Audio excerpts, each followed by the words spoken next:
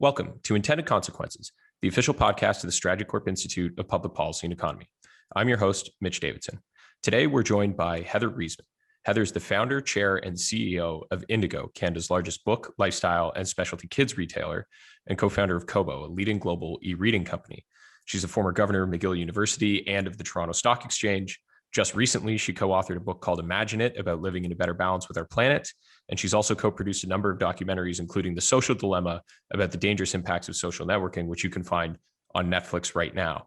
To finish off the bio, she's been named to the top 100 most powerful women in Canada, Financial Times of London top 50 women in world business, and is a member of the Canadian Business Hall of Fame. I think we could keep going on the bio for a while if we had to, but maybe we'll stop it there. Heather, thanks for joining us today. My pleasure. So really been looking forward to this conversation. And what we wanted to sort of start the conversation around was about the future of retail in Canada. I mean, we're talking to somebody who's running almost $1 billion business, one of the most successful and well-known brands in the country. So over the course of the pandemic, I can imagine the impact on retail and the impact on Indigo specifically has been a bit of a whirlwind. We saw when the pandemic first hit, retail sales across the country in Canada dropped about 14% in the second quarter of 2020 when the pandemic came to our shores. Since then, there's been provincial restrictions and rules, openings, curbside, all sorts of stuff, the rise of online e-commerce platforms. So maybe let's just start with the obvious question and go from there, which is, what has the retail experience been like for you and for Indigo during the last year or so? Okay, so you started off with what's the future of retail, but then finished off with what's it like. So with this year, so let me start where you ended, which is what's it been like this year. Look, I think the most challenging part about this year was a decision that was made by governments at both levels, at the federal level and the provincial level, to cleave the retail world in two parts, essential and non-essential, with a very arbitrary sense of what is considered essential and what is non-essential. And so we are among the many who are considered non-essential. And I would say it is as difficult as one might imagine to try and navigate the waters and support our customers when you are deemed non-essential. Because being deemed non-essential means at will, a government can shut you down, constrain the number, or if you're not shut down, constrain the number of people, make demands, legitimate demands about well-being, I will say that, but many demands about how to keep your staff and customers safe, and change those rules at will. In addition, so we're talking about during the COVID period, in what I believe is a completely misguided view of human rights, there was the ability for people who were allowed by human rights to not wear masks to go and come into shops or anywhere else without recognizing that whether or not you have some disability, you can spread the virus. So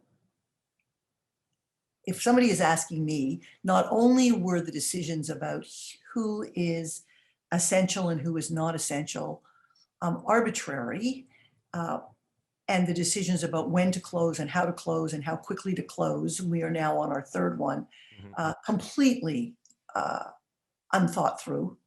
But on top of that, they then made it very difficult for those of us in this group of non-essentials, which is the majority, by not thoughtfully looking at certain rules that would allow us to keep our staff as safe as possible. So overall, the answer is, it is difficult and, in my view, not well managed. Well, and you're also in 10 different provinces. I think you're in the Yukon as well. So you're dealing with different restrictions all over the place. So how challenging is it to just keep on top of the 25%, 50% non-essential retail, essential retail? Has it been a challenge just to get the sort of ducks in order? Yeah, I mean, that's the point. That's the point. It's one thing to have said, and I feel, I've expressed this, so it won't come as a surprise to anybody. When the virus first hit, everybody was taken by surprise. Everybody. And I actually think the first reactions by governments were as thoughtful as they could have been under the circumstances. 14 months later, we are still as poorly equipped. The governments are as poorly equipped in the way they're managing this, and we can see it by a third wave, worse than any other wave. It is an amazing indictment on the management of this pandemic. Yeah, the lack of clarity in communication has been sort of a case study in and of itself, right? So you're dealing with this like incredibly volatile, changing, and difficult circumstance for the in-person experience in your stores. So obviously that's driving a lot of people to online, and for I would imagine a majority of the pandemic, that's all you've been able to open or to have really flowing at normal levels. So you've got an online store offering. There's also other competitors, things like Amazon or audiobooks that are playing in the online space. How has that online retail experience evolved for Indigo, and what does that sort of mean for its brick and mortar stores across the country? Sure, I will do that. And let me just make one follow-up comment on the issue of how those who have exemptions from wearing masks are treated. I want to be very clear about this. Always, including now, anybody with a disability does need to be fully embraced and fairly treated. So I want to say that. I think during these times, the opportunity to serve those who have disabilities at curbside, online, at home is the right way to go when we're fighting a war. So I just want to make clear, we are totally respectful that we need to be embracing of those people, but the question is, how do we serve them? So just to come to what's happened with online, well, again, it gets back to the same point. Online has grown exponentially for everybody in our sector, which is great. But I think what governments do not understand is you can't, at the drop of a hat, move huge amounts of business from one channel to another without there being all kinds of unexpected consequences. So let's just take the shutdown that happened at Christmas. The infrastructure in Canada to deliver packages, anybody, Canada Post, private delivers, is not equipped to handle a 400% surge in business. Nobody has that excess capacity hanging around. So it was challenging to get deliveries at the level you want. And of course, so much of that capacity was eaten up by Amazon. So I think at the one level, all of us adapted and had extraordinary success with online. That is fantastic. I will say there was no thought to saying we government, we need to be caring of our Canadian-owned, Canadian-supported businesses. And so disproportionately, we sent money south to Walmart, Amazon, Costco. So let's, have we had huge success in online? I mean, it's been fantastic for Indigo, the growth in online. But I think we need to be realistic about what has happened to this sector, Canadian-owned, Canadian-operated businesses. So let's pull on that thread a little bit, because I noticed, to your point about how stressful it is on the supply chain, I noticed in your Q3 report, you even mentioned that you were the company was paying premiums to shippers to guarantee positions on boats to get your product overseas. I mean, that's to just get it into the hands of Canadians, you're having to pay more to do that, given the stress on supply chains. How stressed is the supply chain right now? How difficult is it to just maintain day-to-day operations, given the massive influxes in demand? Well, I think your question is a good one. There's multiple stresses on the system. When different parts of the world shut down, because COVID happens at different rates in different places, that of course places huge pressures on inbound product that's coming in.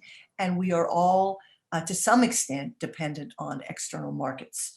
So that, just the occurrence of COVID and its peaks and valleys in different places creates an demand. Then certain businesses surged disproportionately during this period.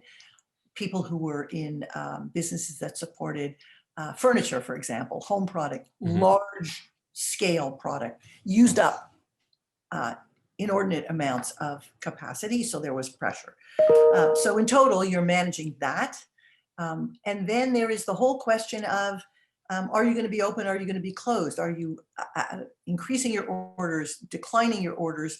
And this hugely inappropriate approach of government, their inability to come up with a better strategy for track and trace early on, containing the virus, has just created so much uncertainty, and that hurts supply chains, right? If we lose an entire selling season, then all that product is somewhere in our system, right? If you think the supply chain goes from point of origin to the consumer, there are blocks at different places in the supply chain. It could be originating with the supplier, it could be with who's delivering it, it could be in our own facilities. And I'm not just speaking of Indigo, I'm talking total for our industry. So speaking about the industry, I mean, the book industry is, in essence, is an entertainment industry, right? And you've got a pandemic where people are looking to be entertained. They've got more disposable time on their hands. A lot of people do. They're bored at home. I mean, I think probably naturally a lot of people turn on the television, but what has that meant for the interest in reading, the interest in picking up a book? Has it increased as a result of people having more time, or are you actually struggling with other forms of entertainment to compete? Well, overall, both in Canada and the United States, if you look at what's happened overall, book reading has grown over this period. So that's a really good sign that book reading has grown. But again, what happens if you close 160 Indigo stores, but you say that Walmart and Costco can be open and sell books, you've shifted the share. Right now, their assortment is much narrower, but if that's where people can go, they're going to pick from that narrow assortment. So overall, reading has grown. We were actually pleased that we sustained as well as we did, disproportionate given that for 7 months of the last 15, we've had all or some of our stores closed. So on that side, our customers have been amazing. But the reality is when you say that others can be opened and sell your product and you can't, it's harmful. It's definitely not, it's not ideal. Yeah, and to your point about the thoughtfulness of the recommendations, I know, for example, in Ontario, where I live and where our offices are, we had the big box could sell all non-essential goods for quite some time, and then in the third wave, they changed that over to give it the same playing field as others. But there was about a 6 or 7 month period where it was clearly different. So actually longer from last March until just this April. Right. They provided a disproportionate advantage to those stores. And it was really government's response at all levels. If businesses responded as poorly as governments responded, not to the first wave, but to the second, and we shouldn't have had this third wave, but let's say we have it without vaccine, you're going to have this third wave.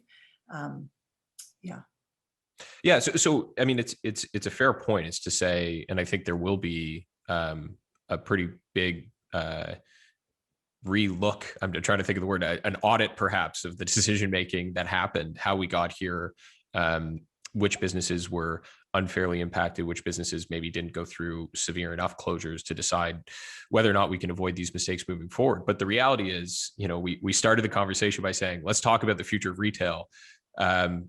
We're partway in here, and I think we've just talked about what's happened over the last 12 months, and we haven't necessarily talked about the future. So I do want to pivot the conversation a bit that way. There should be a time soon, as you mentioned, vaccines rolling out, where the in-store experience in retail should be coming back in full force. I've got a quote here from Lisa Hutchison, a retail consultant, who says, and I'll quote it directly: "The store is going to have to be very much about an experience because people will have been very fluent in shopping online. So what is the reason to bring somebody into a store, and what's that experience going to look like?" End quote. So as somebody who's responsible for that overall strategy and consumer attraction into brick and mortar stores again in the future, what does the future of retail look like for Indigo? Is it a mix of online? Is it a new business model, or do you think people are going to crave wanting to go back?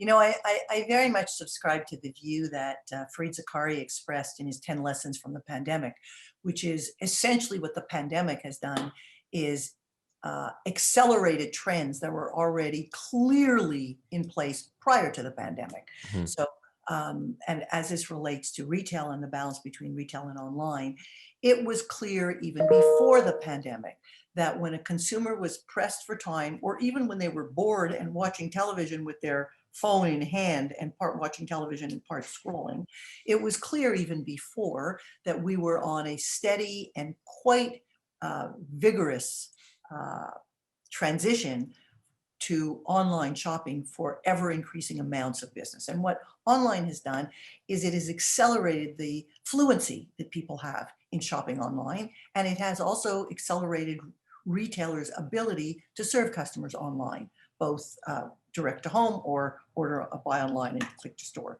So that fluency, both on the consumer part and on the retailers, has just been accelerated.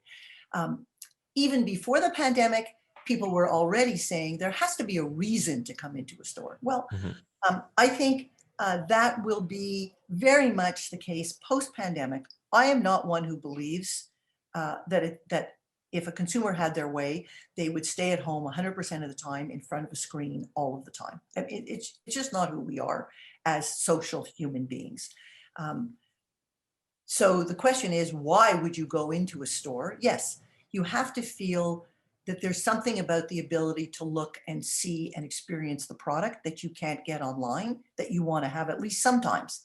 Maybe not as often, but you're going to want to do it at least sometime. So I think that is going to happen. I think the what constitutes an experience. This has been, you can look back on retail for 25 years. They've been saying retail needs to be an experience. It always needed to be an experience. The question is what constitutes an experience? I think there's a discovery, what people discover they didn't know they were looking for or they didn't understand about a product. I think that discovery will still be valued in stores. It's certainly something very much on Indigo's mind, how we bring new brands to the market, how we create whole new categories that weren't there before and engage the customer with it. And I think the knowledge that is in a staff person that can actually help people, that will be even more important than it was before. Um, so I think the social nature of human beings, the ability to discover either a product or information, even more so will be the case post this happening.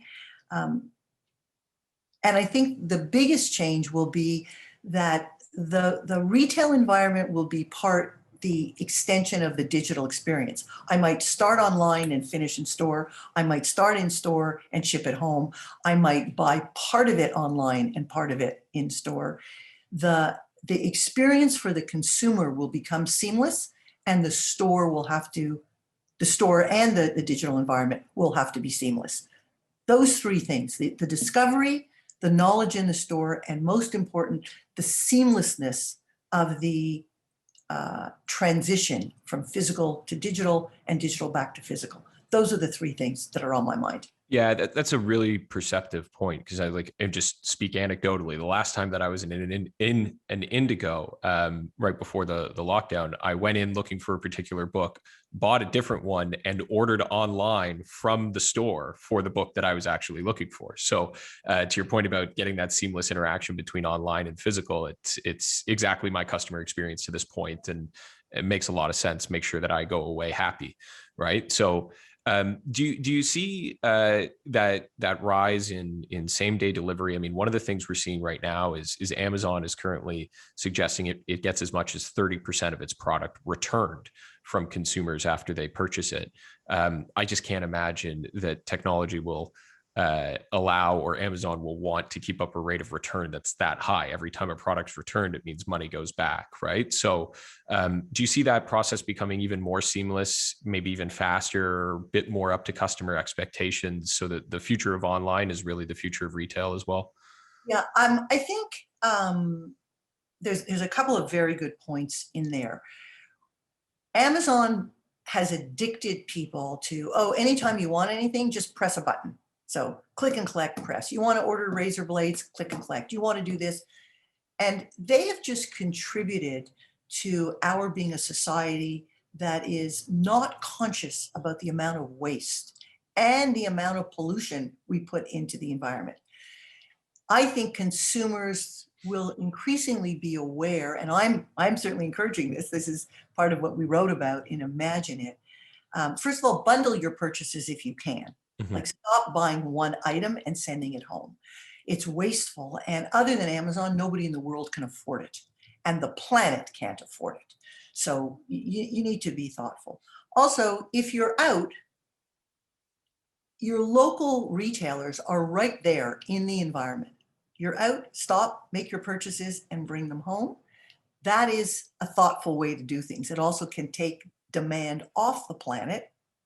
So I think there is an issue of this one click, buy anything, return anything. That whole mindset, I believe, is open to changing, and certainly we would encourage it to change. And that means how you do your purchases, how you bundle them, what you can do when you're out, etc. So I think that's one point about that.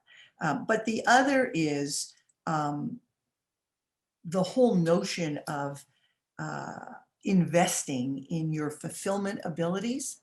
To invest, you need to have made money. Every single non-essential retailer last year either made way less money than they did the year before or lost money.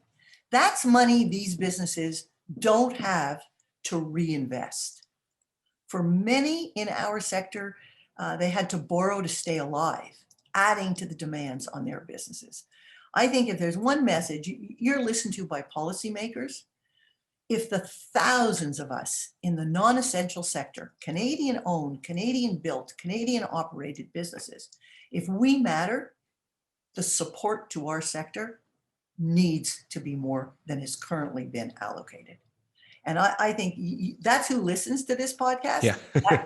That's what people need to understand. You have basically treated the thousands of Canadian-owned, Canadian-operated, Canadian-run businesses as if we are disposable junk.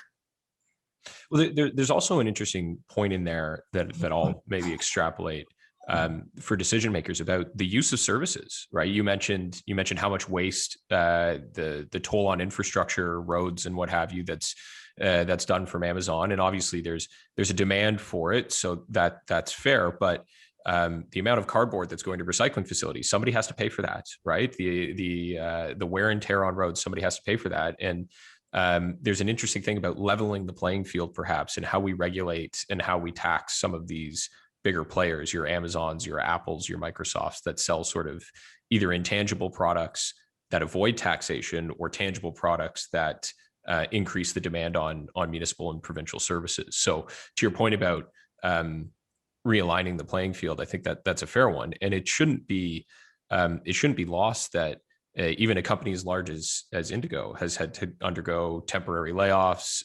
You had to go to remote work and the infrastructure that comes with that. I'm sure revisited business plans over and over during this, rent renegotiations, the whole thing. So, is that experience for retail? I'm curious how you think retail as a whole, not necessarily Indigo, but retail as a whole is going to survive or come through this. Should we be expecting a much smaller retail landscape in Canada, or should we be expecting one that endorses automation and self-checkouts, cuts down on costs, because that's really the only way to compete now? What does that sort of physical sense to the customer look like in your mind? I think people need to realize that almost any of the automation you're talking about is highly expensive with long-term payback. Okay, so you don't move from a fully human-run warehouse to a fully robotic warehouse. That's tens and tens and tens and tens of millions of dollars, and it could pay off.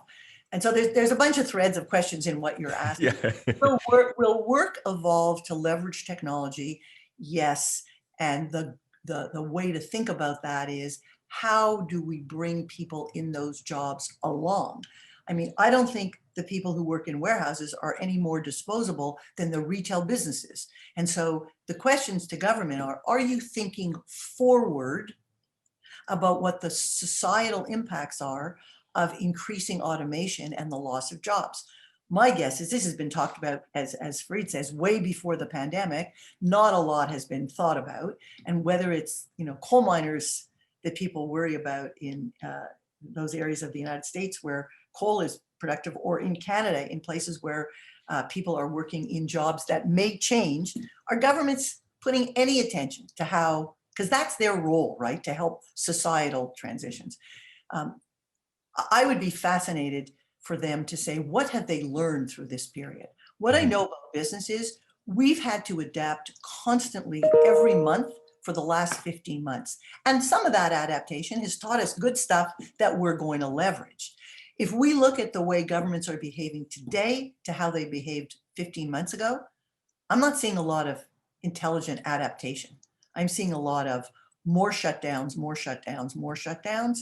And yes, they're waiting for the vaccine. Okay, didn't manage that so well. So let's see what's happening with it.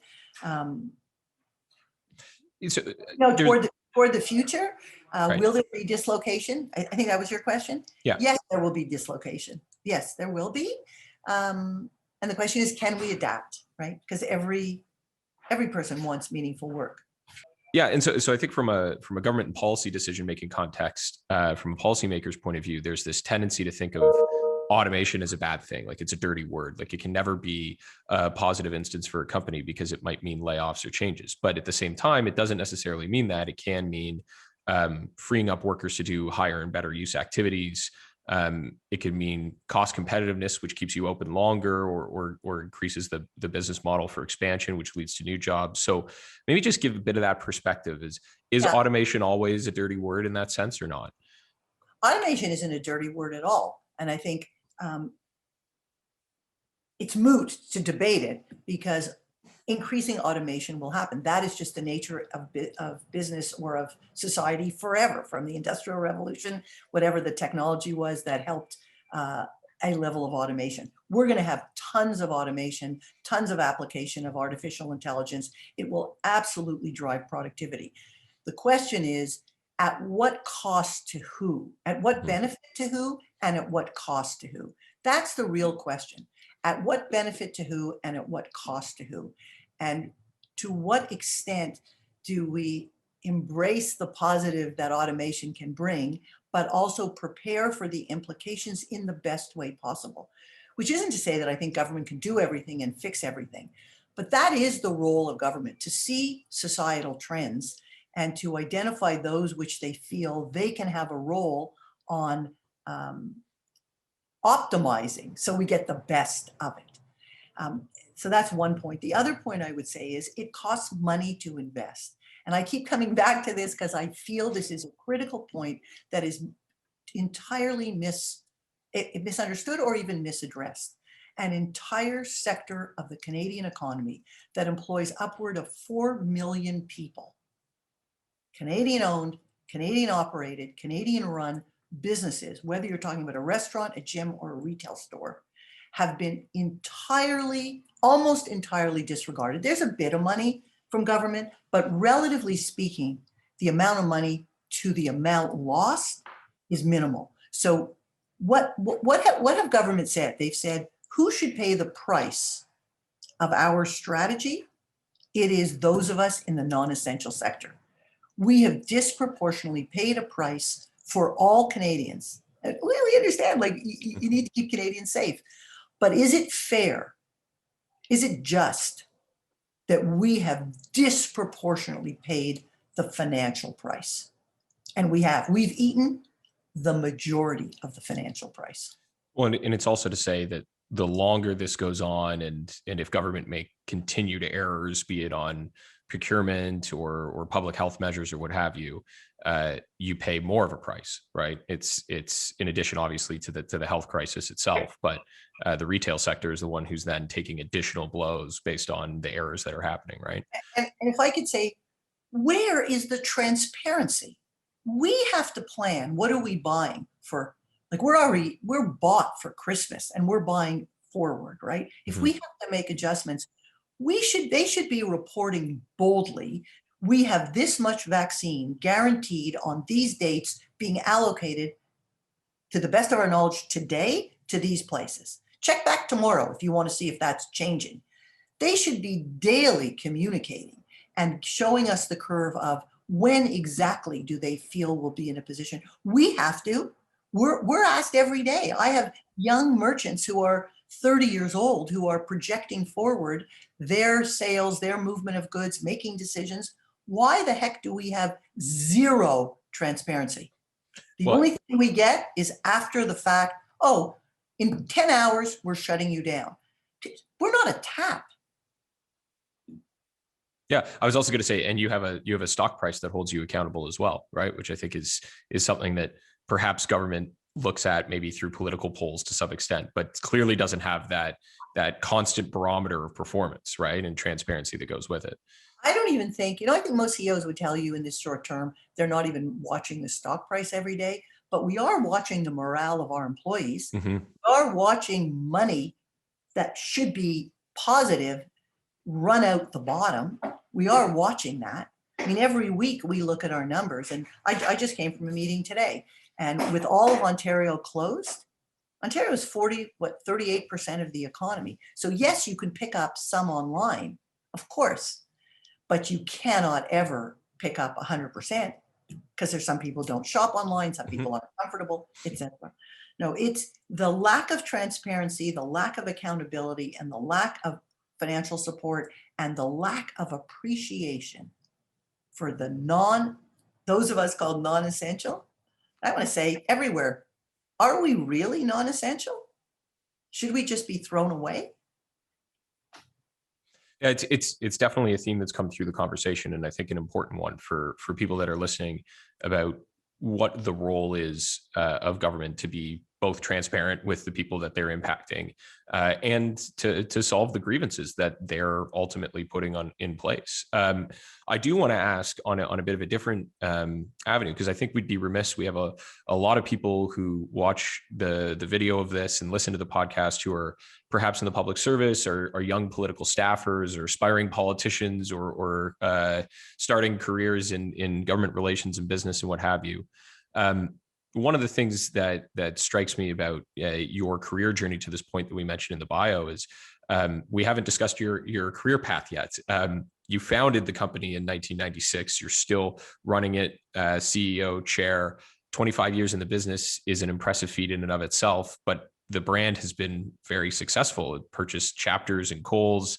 You started the e-reader. You've obviously diversified into Netflix and your own publications. So maybe just taking a quick second to reflect back on it for those listening who are maybe starting their careers or looking up especially to a woman in such a leadership role. Is there any advice that you'd want to impart or stories you'd want to tell about how you got here and how you put it all together?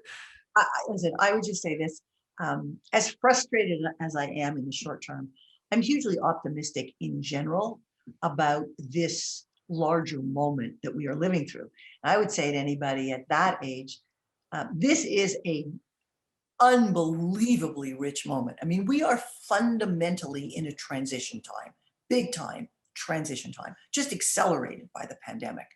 And the big things that can happen where huge opportunity is open. We're finally, I think, getting to the tipping point where people know we must address the climate.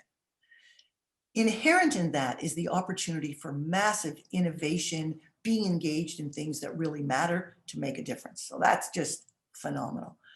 I do think, stepping back from the short term and from our governments, that in the larger scheme, we are going to start to understand how to leverage technology for the better of humankind, not to exploit the addictability of people. We're going to start to think of technology as being human-centered, not just exploitive. And that opens up huge opportunities to think differently, be innovative, engage in businesses that are focused on those issues. I think people who come through this pandemic have had a chance to think a little more intentionally about what actually matters. So I definitely have a bifurcated view. I am deeply frustrated, as you could tell, by how governments have not evolved during this period.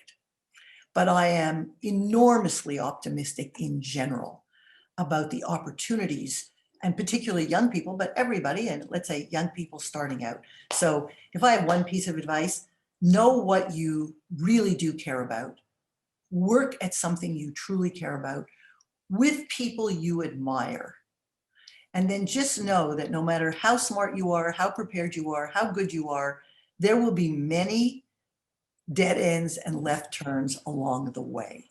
There is no getting it all right, not at 30 and not at 70. And it is about recognizing the journey is inevitable, is inevitably going to have some difficult moments. So if you're doing what you care about with people you value, you just move through it. There is no getting it all right, for sure. Well, I could ask you a lot more questions about Indigo, about your personal career, but that's a pretty good note to end on. And I think the only thing I would say back to that about powering through it, there's going to be dead ends and left turns along the way. It sounds like you're running into a few of those with the government and the pandemic today. So my advice back would be keep the head down and power through, because it seems like you're well on your way to getting out of this. And there's no doubt we will. And there's no doubt that we will. So terrific. Well, really appreciate you coming on the program, Heather. Thanks for taking the time. Okay, bye-bye. All right, bye now.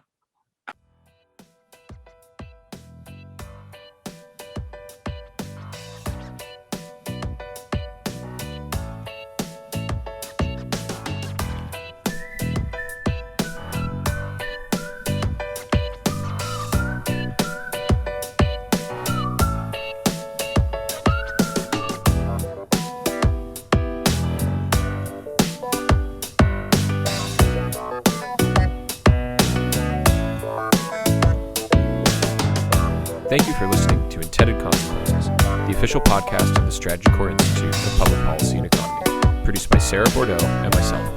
The views expressed during this podcast are not necessarily the views of Strategy Corps. All rights to this episode are reserved, and guests on the podcast may be current or past clients of Strategy Corps. To find out more about the Institute and to subscribe to our written material, or to find past episodes of the podcast, please visit our website at www.strategycorp.com/institute. Until next time.